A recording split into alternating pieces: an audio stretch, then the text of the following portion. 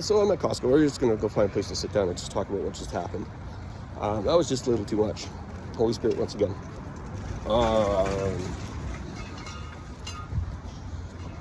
Getting out of my car, guy getting into the car right next to me, black shirt, little oval in his shirt like this, but not Black Sheep Church.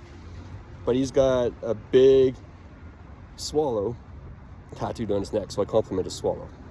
And you guys have seen that, right? So we get to talking, and I asked him what it meant, and he said hope, and he brought it back to how sailors would have hope in swallows. And then I asked kind of where he got that from, and he mentioned that he's an ex-pastor. He got frustrated with the traditions of the church and the way the church treated people, and is kind of what I understood of what he shared with me. And so he does like weddings and stuff like that, but he kind of does it for the people that kind of don't feel like they can go to church, which I think is really cool. And he leads a church in his own home. So the more that we connect, he starts talking about that he's estranged from 3 children. I'm estranged from my kids. It's just blown my mind. It's like I can't understand. So I kind of just opened up about everything that was going on in my life. He had compassion for it. We exchanged phone numbers, and at the end, I'm kind of just making sure that I understood his name. And he said his name is Corey. And then I asked his wife what her name was, and she had a bit of an accent. So I asked what her accent was, and